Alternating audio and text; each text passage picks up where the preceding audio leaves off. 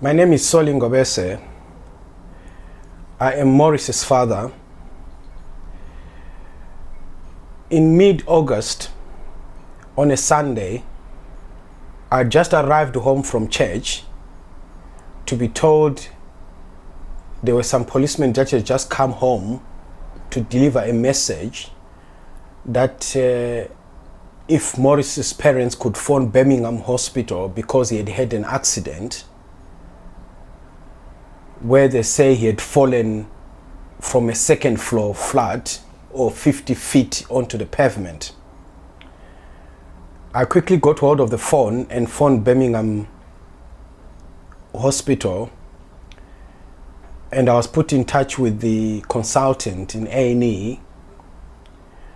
Though they were not so forthcoming with information, so ultimately I just had to tell the consultant, say, I am clinically trained, you spell it out for me.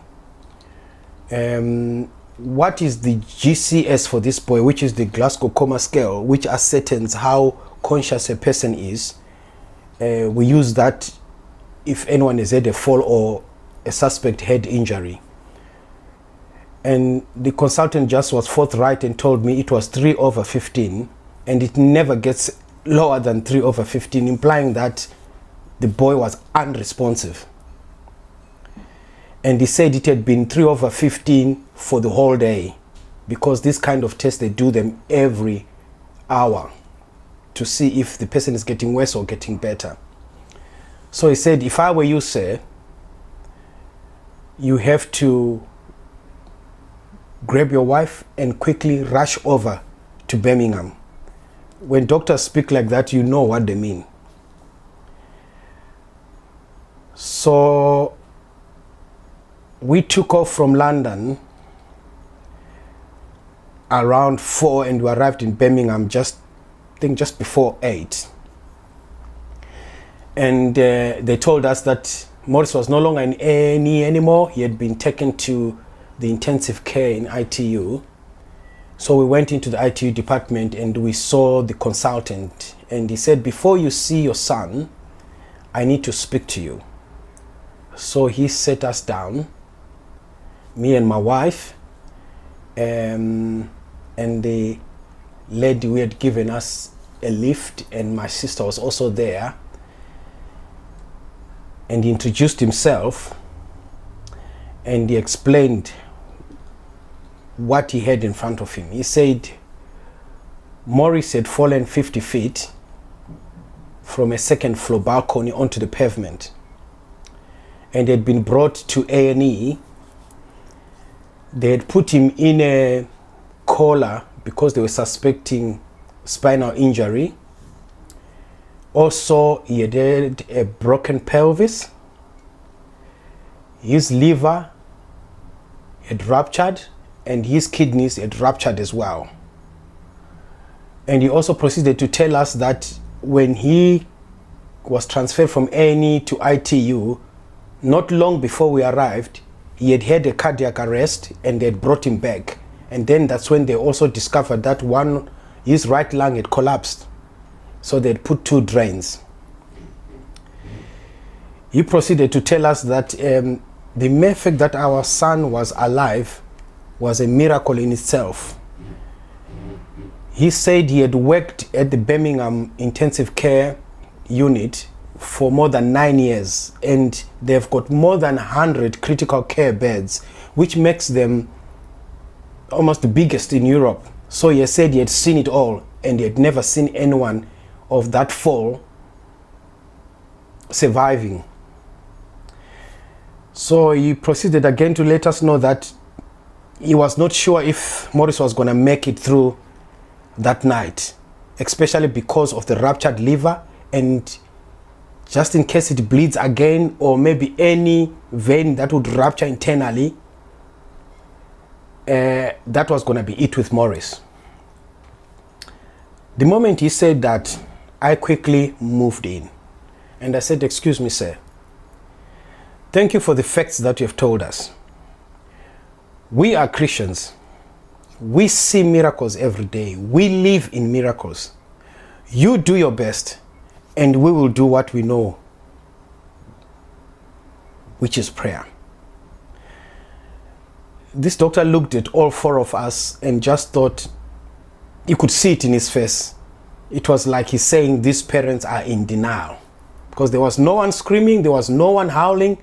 We were just cool and calm. And then later said, okay, you can proceed to go see your son. We could only go in pairs, so me and my wife went in first, and we saw Maurice. He had already been put in an induced coma on a ventilator.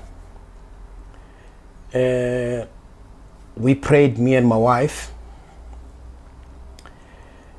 spent some time there, and then later my sister and our friend also came through to see Maurice. And then we literally spent the whole night praying there.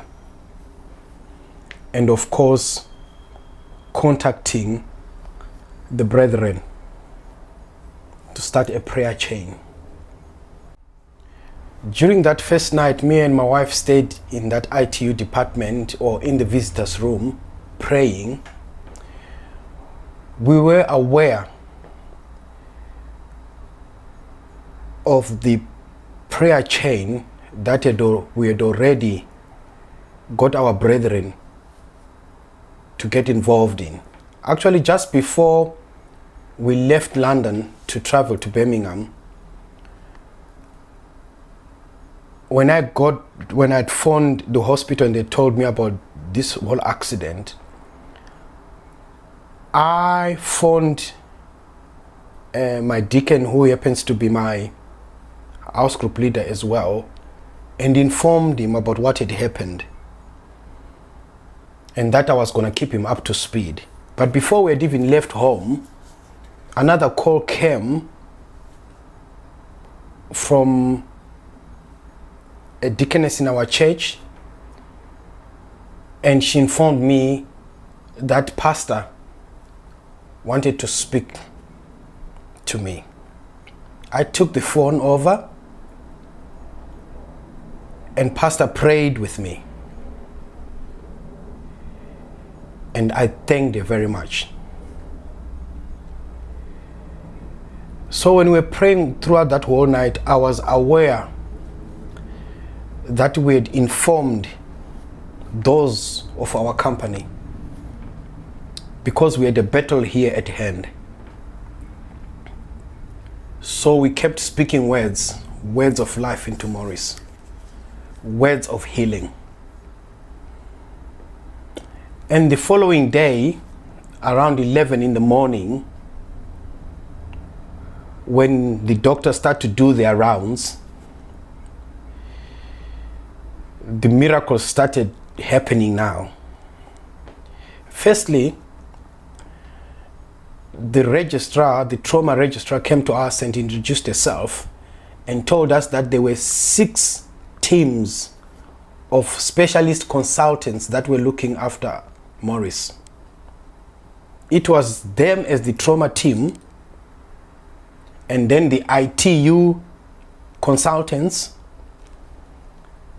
the neuro consultants, the orthopedic consultants, the urology consultants, and the endocrinologist consultants as well.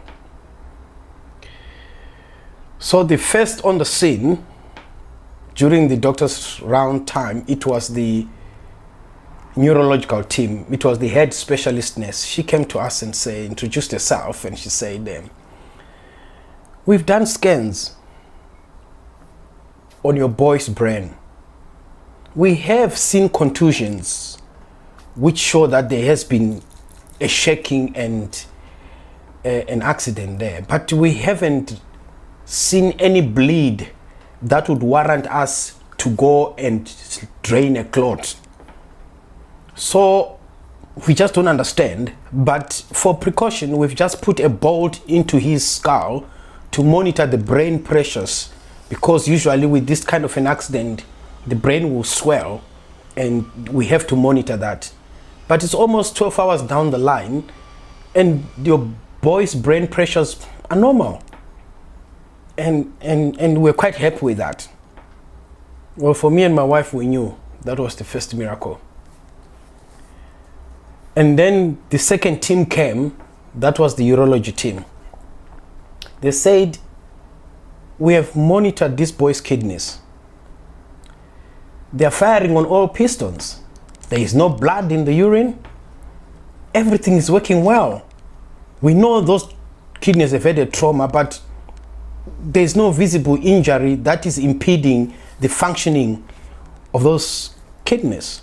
So if we need to see this boy, we'll see him as an outpatient. That was miracle number 2. Now come the endocrinologists, that is those that look after the liver, because that was the touch and go issue according to the IT consultant as he had spoken to us the night before. That because if a liver has had a laceration or it is torn, they can't stop the bleeding by sewing it, because it's so vascular that you can't stop the bleeding unless if it stops itself. It's very difficult to stop bleeding in the liver. So he was afraid that if it then starts bleeding again overnight, that was it with Morris. So the endocrinologist came and they said, we've monitored the bloods for this boy. They are clotting very well. The liver is healing itself. If we need to do anything with this boy, we'll just do a scan at the end of the week. That was miracle number 3. By the time I saw that other ITU consultant from the night before, he himself, you could see it written all over his face,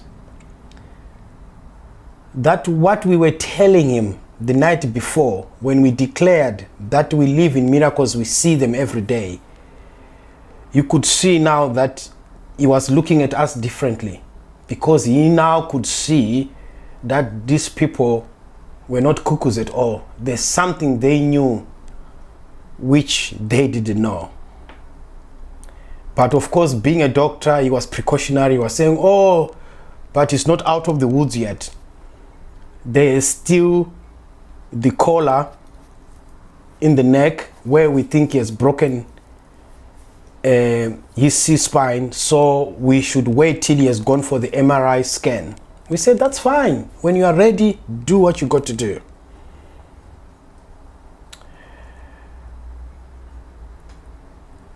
So at the end of the day, that day, we went back, sent texts to those of our company, updating them of how far we were and what still is before us.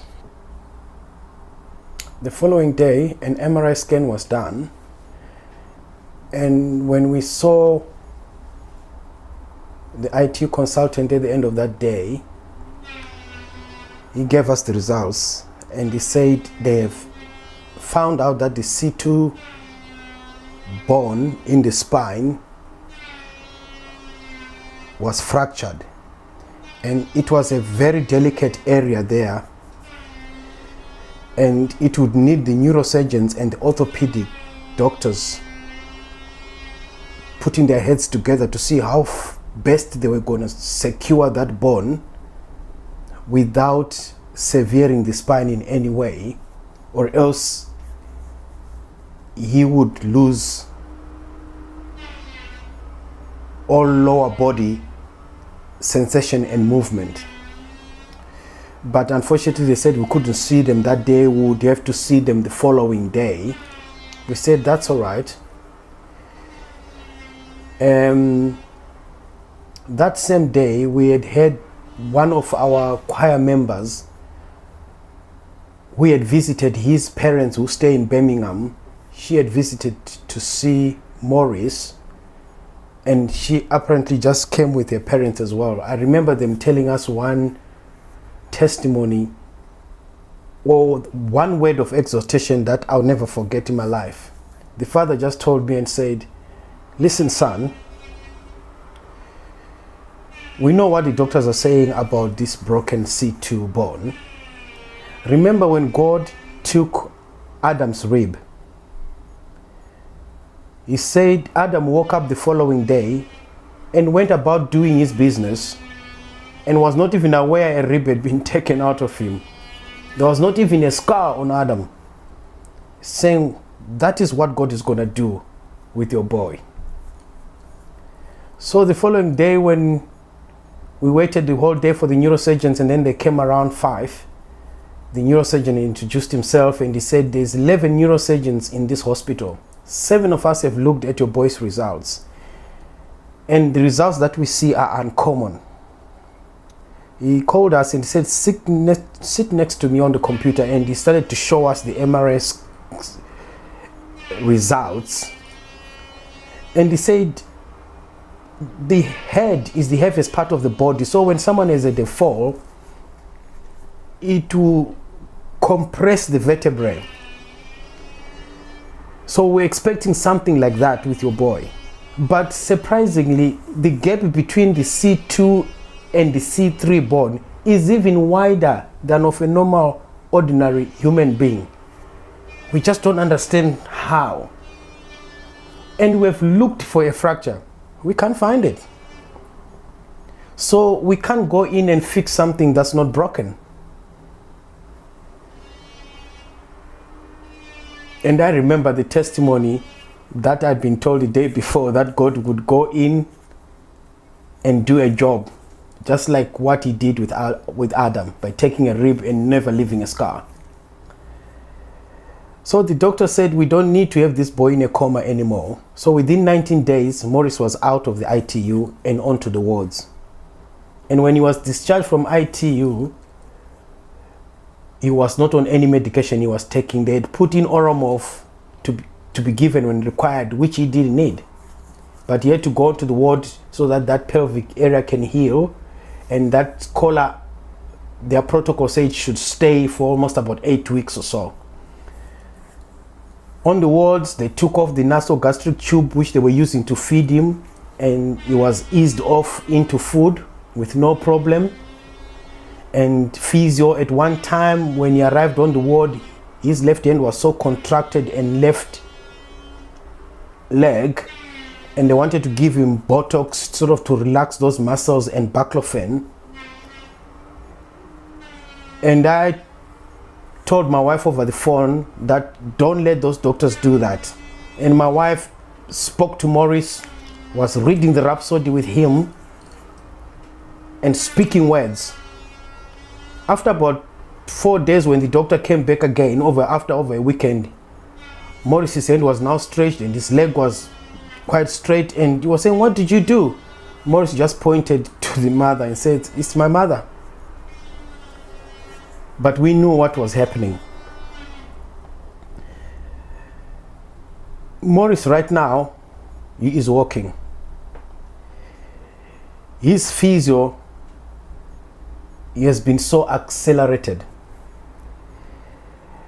He was transferred from Birmingham to Basildon, and from Basildon to Homerton for intensive neurophysio, and his progress has just confounded everybody, because this type of injuries, some never even come out of it at all. There you go. It's recording. Hey, it started recording a long time ago. Is it? Yes. Stop it with that mouth. What, man? You know, it has to look fresh. Hey, the bum. We can see you've been eating loads. Yes. That month when that accident happened, it was the month of testimony. And this month when I am giving this testimony, it is the month of Thanksgiving. So indeed we have something to thank the Lord for. We see so much grace that has been imparted upon our family out of this whole situation, which was meant for bad. God has turned it for good. There's so much of the grace that is imparted upon our family. I remember earlier in the year, me and my wife were at the healing school in South Africa, where we were impacted by the word of God. And we can see the extension of that transference that we received at the healing school with this whole situation about Morris. And we can only but be grateful. Thank you very much. You ready? Mm-hmm.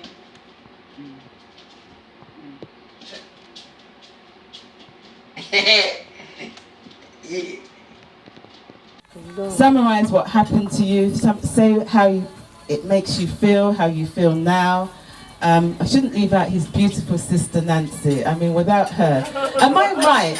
I think I'm right. Mum, correct me if I'm wrong. Is it not Nancy that made Morris come out of his coma? Yes. Let me tell you something. The parents were at the bedside for nearly 19 days. And his sister Nancy, who's also in the house, she loves her brother so much, she couldn't go to see him in the state he was. And she said, I just can't do it, Mum, I can't do it. And the day she was ready to go and see her brother, she went up to him, she sat with him, and when she touched her brother, he opened his eyes. Do you know what the father said to his son? Well done, son. I've been sitting here for 24 hours, for 19 days. And your sister comes one day and you open your eyes. Can you imagine? That's the love of a brother and sister. They are such an example. If you see the two of them together, people have always said myself and Ibukun are close. But they beat us books. We've got something to work on there. Everyone who knows me and books knows that we're like this. But this 18-year-old and 21-year-old, and they are on fire for God. They are on fire for God. Can I tell you, Nancy, stand up a moment, child. She's my church daughter. She's 18, and in 3 weeks' time or so, she's off to Australia to do a missionary course because she wants to be a missionary. Can you imagine at 18 years old? She's given her life to Christ. She's going to Bible school in Australia, and for 4 years. So can you imagine if she's like this now in 4 years, what type of woman she's going to come back as? So that's why I wanted to share this with you, because they are so amazing. They are on fire for God. Her mother, the father just as much. And Nancy is going to be missed in our church because the youth follow her, they love her. She's such an example. She's an ordinary teenager, but with a difference. She has God. And she loves God with a passion. Am I not right? Yeah. Okay, so let Morris say a few things. I'm saying this because he's honouring my mum just by being here. It's so amazing. I could not believe this. Could we, Ati, that we couldn't believe this how many months ago? And he's running and he's cracking jokes. And sometimes he's even quite cheeky. Quite cheeky. Okay, hold on. Morris. Okay. Can we give a hand to Morris? First of all, as I was saying, happy birthday, ma. And also, well done for 61 years. I got something to aim for, you know. I mean, for 100. But anyway, what was I gonna say? Like, to be honest, like, I kind of put I didn't like when I kind of really thought about it, the things I kind of put my family through and stuff. Like, you know what I mean? I can only imagine, like, them see me in that kind of state, in a coma and everything. So, sometimes we forget, because we're in that situation, what we do to others. So, I just like to thank you for my parents, for my mom and my dad, for being so strong, and my mom and my sister for just being a rock, you know, because the thing is, like, going through that for so long and everything. But but what was it? My C tube almost broken, so in my spine, so it's on the boom said, And then the next day it was fixed. It took 7 doctors to confirm if it was fixed, and it was actually fixed. Hey, you know, yeah, my God was having fun, man. Like, I swear that my liver, it started bleeding out, and I couldn't stitch it back together because of blood vessels. It started self-clotting. You know what I mean? Yeah, God was good. Like, like, trust me. And the thing is, like, when I woke up in hospital and everything, like, because I couldn't really move I kind of learned the hard way because I thought I could walk. So when I got out of bed, I fell to the ground. I was waiting for Mom. I waited for at least half an hour on the floor. And to be honest, it was cold. Oh man, but seriously though, because I was actually, that time you kind of contemplate about like life, like where your future's going and everything. I know I'm only 21, but you know, you think, who am I going to marry? You know what I mean? But no, but I felt like God really done this for me, and like, how can I not impact the world? How can I not try and move forward and just try to minister to people and everything? Because you know, when you're a Christian, yes, you're a Christian, but you know, you just kind of lukewarm. You just run through the procedures. You go step by step, day by day. But you know what I mean? Like, to be honest, I always envied my sister for her faith, her religion, and just a fire burning in her. And like, I kind of envied that. Like, I wanted it, but however much I tried, I never had it. Never got it. But so I really did just kind of just come to God and just say, hey, no matter how much I have to try, how much I have to kind of like squander over this thing and everything, like I'm gonna make sure like I'm on fire for Him. Because you know, the thing is, like, say for instance if I died for instance at 21, like, yeah, a lot of people say, yeah, he's Jack the lad, he made me laugh and stuff, but how many people can actually say, like, I changed their life, like I impacted their soul, impacted their spirit, left a lasting effect, you know, gave them eternal salvation. So when I really thought about that, and like, I wasn't really on job, to be honest. But so let's hope that so my future, imagine, see fire. You know? But no. But like, thank you. Because thank you for all the prayers and everything. Because you know, without your prayers, I wouldn't be here today. So just thank you. Thank you. I hope you see that was well worth waiting for. Thank you, Maurice. Thank you so much for honouring us. And look, he's walking perfectly. Soon you'll be running. Thank you.